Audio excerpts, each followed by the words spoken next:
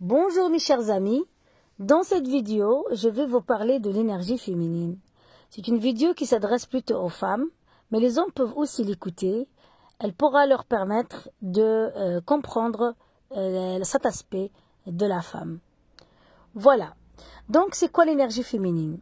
L'énergie féminine, c'est cette force et cette force puissante que chaque femme doit préserver et doit en prendre soin. Parce que ce capital énergie féminine, ce n'est pas un capital qu'on a tout le temps. Ou peut-être c'est c'est un capital, l'éveil spirituel est un capital qui est épuisable, malheureusement, si on n'en prend pas soin. Et si on se rend pas compte que cette énergie ne va pas durer toute notre vie et que d'autant plus si on veut profiter de la vie de la bonne façon, sans épuiser, sans nuire à sa santé, nous devons prendre soin de notre énergie féminine.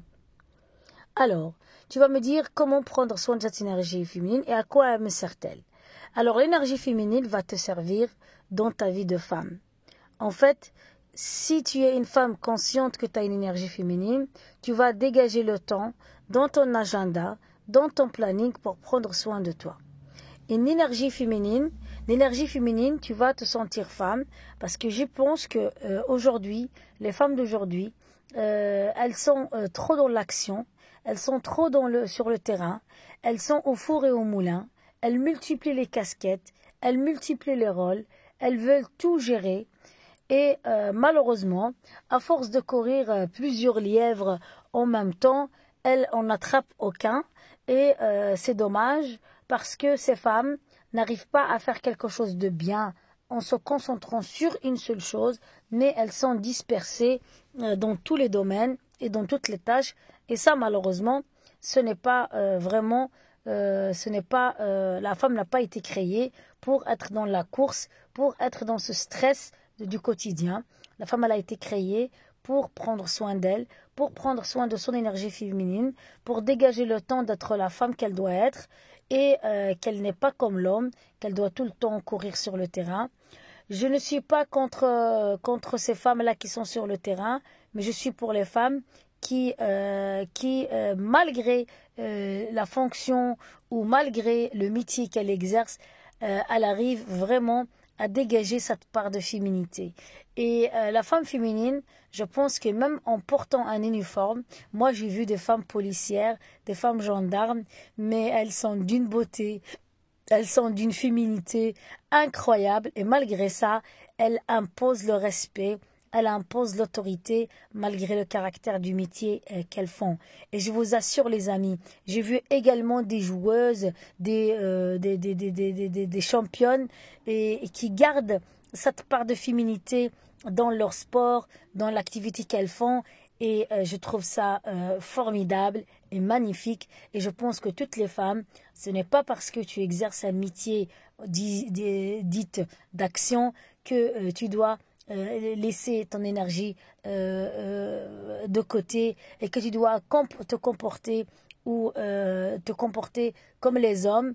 Et quand je parle comme les hommes, ça veut dire que tu dois avoir les manies, les gestes des hommes. Non, tu es une femme et tu vas garder ta féminité et tu vas préserver ton énergie féminine. Tu vas pas la gaspiller. Tu es une femme, tu n'es pas un homme. L'homme, il a été créé pour chasser. L'homme, il a été créé pour avoir des tâches ou dans le quotidien qui ne doivent pas te ressembler.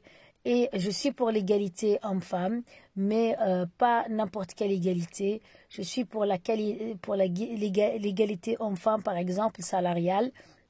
Admettons que tu es enseignante ou tu es architecte et ton collègue du travail homme, il est également exerçant la même fonction, mais lui par contre, il touche plus que toi. Ça, je ne suis pas d'accord. Pour moi, même travail, même salaire, et ça, je suis tout à fait d'accord.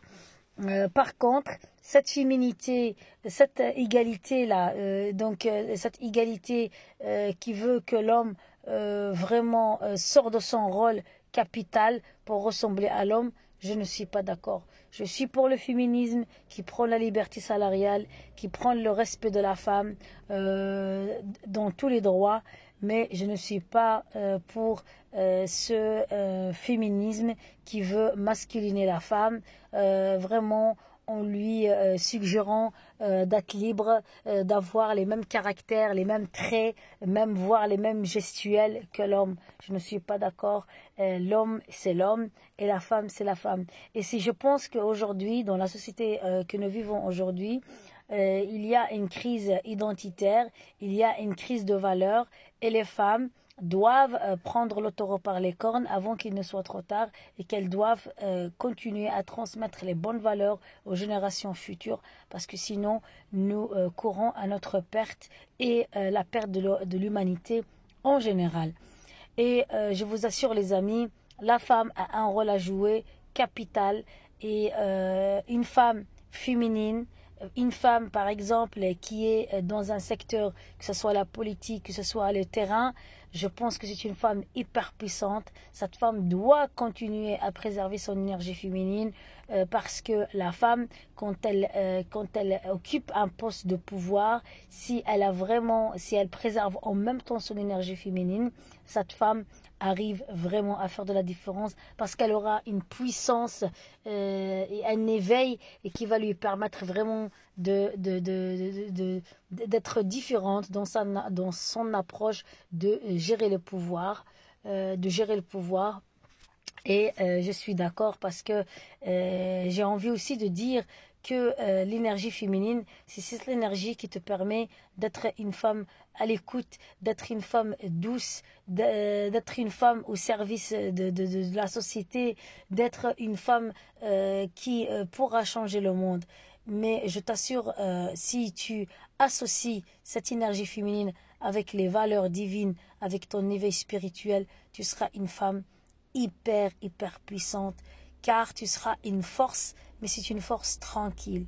Tu seras une femme forte, mais en douceur, sans bousculer les gens, sans t'imposer, sans te comparer à l'homme, sans emprunter la même gestuelle que lui.